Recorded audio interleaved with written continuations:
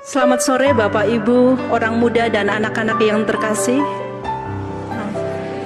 Sebelumnya terima kasih kepada Pastor Nono yang memberi kesempatan bagi kami untuk berada di tempat ini, tugas liturgi dan mengenalkan sedikit mengenai kongregasi kami.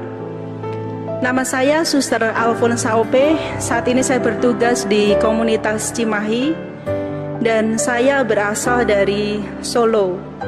Satu rumah dekat dengan Pak Jokowi.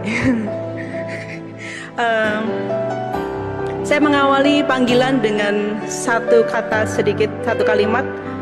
Panggilan itu anugerah dan dia bisa menghampiri siapa saja, di mana saja dan kapan saja. Dan awal saya tertarik menjadi seorang suster itu bagi saya aneh. Karena pada waktu itu posisi saya bukan dari kelompok dari agama Katolik, tetapi pada waktu itu saya masih beragama Islam. Saya waktu kelas 2 SMK, saya bersekolah di sekolah Katolik di Solo. Dan karena kelas 2 itu diwajibkan untuk mengikuti retret, mau nggak mau saya retret. Kemudian dipimpin oleh seorang suster Ursulin, ada di Bandung ya Ustaz, kongregasi Ursulin. Dan beliau sharing banyak mengenai bagaimana enaknya menjadi seorang suster. Jadi yang diceritakan yang enak-enak.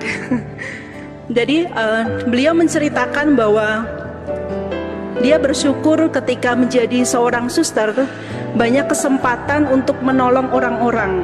Dia membayangkan seandainya dia tidak menjadi suster, mungkin kesempatan ini tidak dia miliki. Dia punya banyak waktu, terus pelayanannya juga lebih luas. Dan itu sangat mengena di hati saya. Dan dalam buku diari saya tulis, saya pengen jadi suster seperti beliau. Tetapi pada waktu itu saya nggak tahu kalau seorang suster ternyata harus Katolik dan tidak menikah. Itu saya nggak tahu.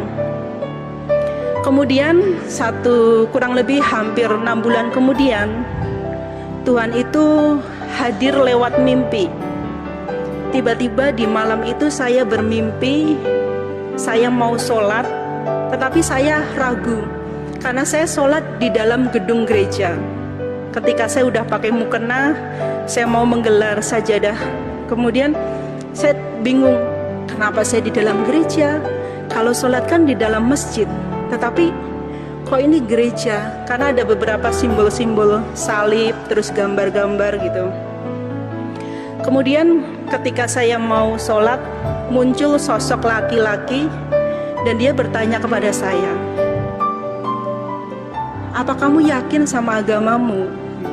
Saya jawab, yakin. Kemudian laki-laki ini menghilang. Kemudian saya sholat. Saya nggak tahu sholatnya selesai apa enggak. Tiba-tiba saya terbangun. Saya kaget, kok bisa ya saya mimpi sholat di dalam gereja ya. Dan itu hanya saya pendam. Mau saya ceritakan kepada orang tua saya takut. Kemudian 1 minggu kemudian saya ceritakan pada guru agama saya. Karena saya sekolah di sekolahan Katolik, otomatis adanya ya guru agama Katolik. Kemudian saya cerita kepada guru tersebut, saya sharingkan pengalaman mimpi saya. Dan beliau berkata, itu artinya ialah Yesus itu mencintai kamu, tidak peduli agamamu apapun. Entah nanti kamu tetap jadi seorang Islam yang taat, ya dia tetap cinta kamu.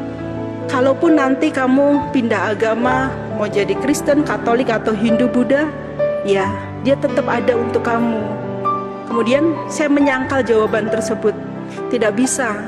Tuhan Yesus itu milik orang Kristen dan Katolik, saya Islam. Jadi itu tidak mungkin. Tetapi ternyata hasil dari pembicaraan dengan guru saya itu kembali mengena di dalam diri saya.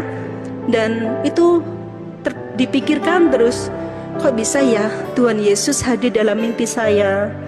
Kenapa bisa Tuhan Yesus mengasihi saya yang bukan beragama Katolik gitu?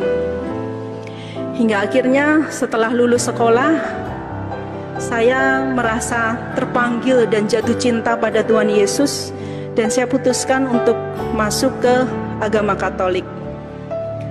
Setelah lulus sekolah, kemudian puji Tuhan perjalanan lancar, saya mendapatkan pekerjaan, dapat pacar juga, bonus. Kemudian setelah itu, ketika asik kerja, asik pacaran, tiba-tiba ingat, aku kan pernah pengen jadi suster. Suster itu apa ya? Gitu. Carilah di website. Oh, ternyata suster ini banyak sekali kongregasinya. Kemudian ceritalah ke Romo Paroki. Saya cerita, Romo, saya pengen jadi suster. Jawaban beliau tidak langsung menyetujui, karena tahu saya baru baptis. Kemudian dia bilang, gak usah jadi suster, udah pacaran, terus kerja, nikmatin itu semua dulu. Oh iya Romo, gitu.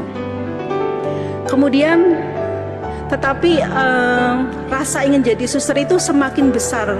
Jadi di satu sisi pengen jadi suster, tapi di satu sisi saya sambil pacaran juga.